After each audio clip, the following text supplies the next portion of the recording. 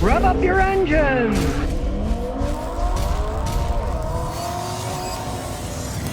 Now watch out for this scam. That is one of those touch pads on a gas pump where you can put your card and touch it and charge. Well, if you notice, there was a little hole drilled in it. And what thieves are doing is they're drilling a hole on the sensor. It knocks the sensor out. So when you go to touch the pad, it won't read it.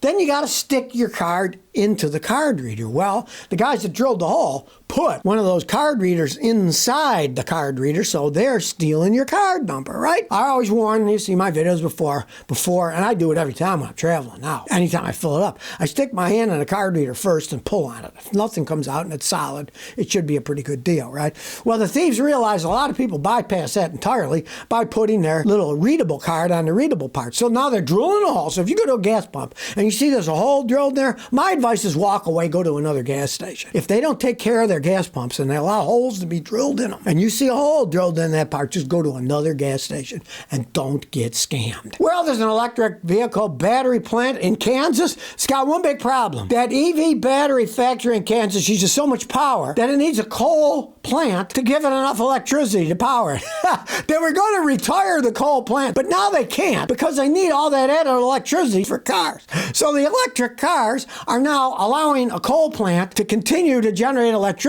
when they were going to shut it off before they built the electric vehicle battery plant.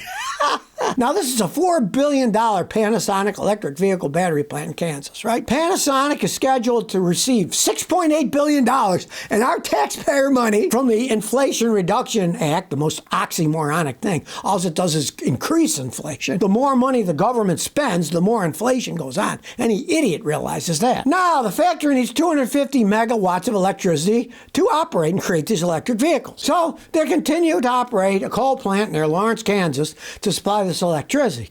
And hilarious enough, they were trying to phase out the coal plant, right? But they were going to transition that plant to natural gas. That is still burning fossil fuels. Natural gas is a fossil fuel, right? So it's dirty any way you look at it. It's just really dirty now because it's a coal-fired plant used to make electric vehicle batteries in Kansas. Now, the environmentalists, of course, they don't like it, but what are they going to do about it? You want to make these stupid EV batteries? That's what you need, a lot of electricity, right? It isn't just that they got to be recharged, they got to be created in the first place. And that uses a ton of electricity. Irony, irony. Here we go again. I tell you, Hyundais and Kias are crap. Well, listen to this. Hyundai and Kia recalled nearly 3.4 million vehicles due to fire risk, and they say, park your car outside.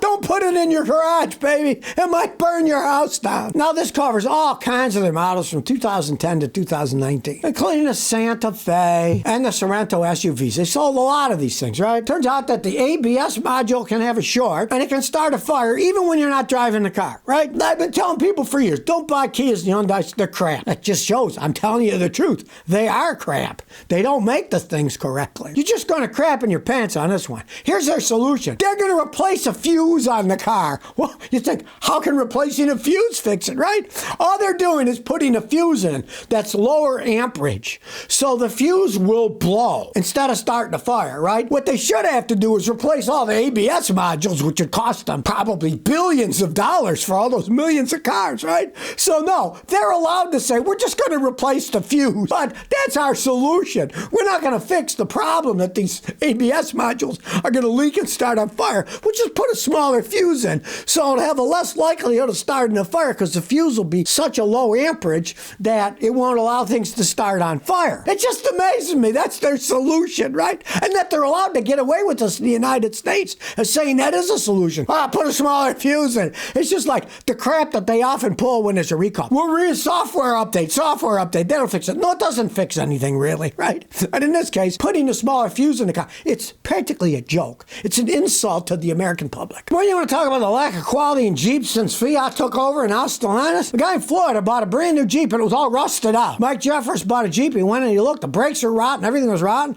So he took it back. Here's what Stellantis says. Stellantis, the parent company of Jeep, calls the condition an anomaly and is buying back the vehicle to investigate. Well, how about looking at it before you sell it to the guy, you know? Hey, this thing's all rusted out, Jack. The dealer should have never sold that car. They should have looked under and saw it was all rusted. And the reason that the guy started to question, I mean, a lot of people, you go buy a new car, you gonna look around for rust? No, right? But he was driving the road and the brakes sounded horrible, crunching and stuff, and look, they were all rotted away. They'll probably never tell us what the real cause was. What, did the thing get dropped in the ocean? That didn't make total sense. It's in Florida. Either dropped or somebody drove it in the ocean and it all rusted away, right? But that this sleazebag dealership sold it to a guy, and then he finds out this thing is all rusted up. It's a brand new car I just bought. So I guess nowadays, if you're going to buy a product from Stellantis, you might want to crawl under it to see if it's all rusted away, because maybe it was on a ship that came from wherever they made it, and waves got on it and rusted the cars.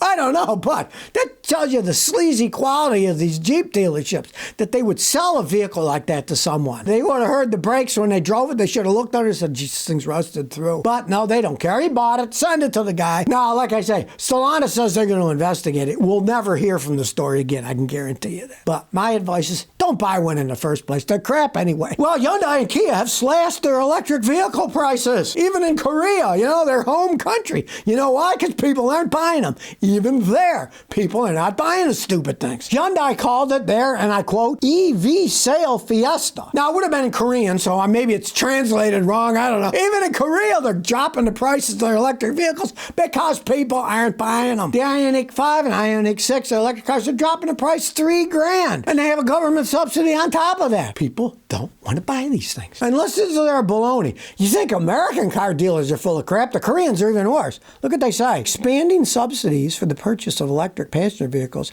we have prepared a greater discount to benefit and repay the support and love of our customers. Well, I guess the customers really don't love those electric cars, so they got to drop the price, and they give you some BS reason why.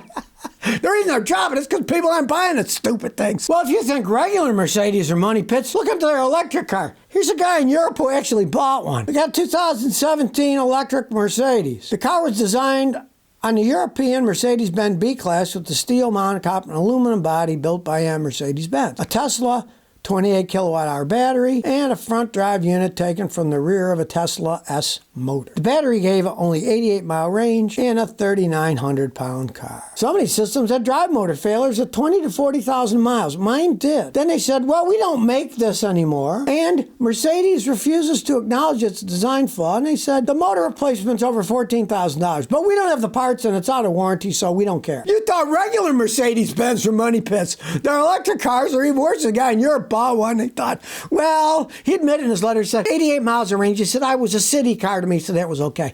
But before it had 40,000 miles, the motor burned out. Well, a lot of people don't understand. All this electrical stuff, they have it being cooled. And most of them are cooled by the coolant.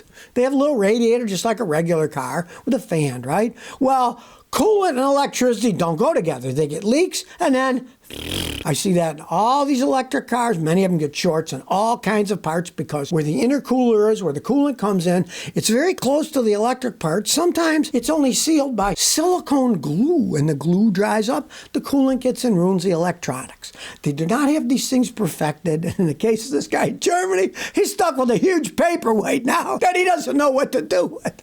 So he warned me. He said, this is happening in Germany. Don't let it happen to you Americans. Don't buy an electric Mercedes until they perfect this stuff. Well, the feds are now investigating Ford engines that are blowing up, probably because they have stupid oil pumps that are driven by a rubber belt. And the rubber belt is soaked in oil. It breaks, pieces come apart, the pieces clog up the oil pump, and then the engine blows up from lack of lubrication. Now, this is in 1-liter EcoBoost engines. I've said this for years. And of course, the engineers always lie through their teeth, right? Oh, no, you can have a rubber-based belt soaked in oil, right? It's not going to come apart. Well, it turns out the stupid things are coming apart, right? Any idiot could see that.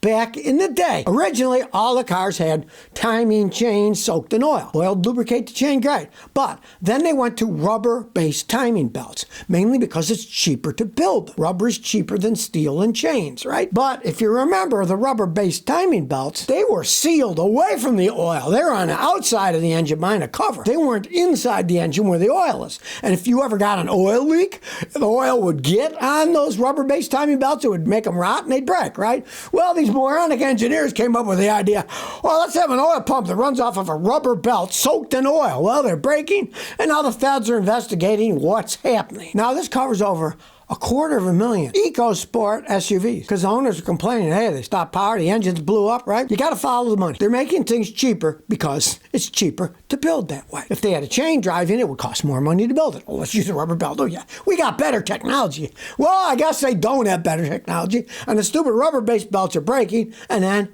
voila. I mean, Volkswagen has rubber-based timing belts that are soaked in oil in a bunch of their engines now. And they're starting to have the same kind of problems. Any idiot would see, you soak oil on rubber-based things, it's going to make them rot. Come on now, it's only common sense. And it's not just oil, it's hot oil in the engine, which makes things rot even faster. So here we go, engineering blunders up the wazoo by Ford Motor Company. So if you never want to miss another one of my new car repair videos, remember to ring that bell.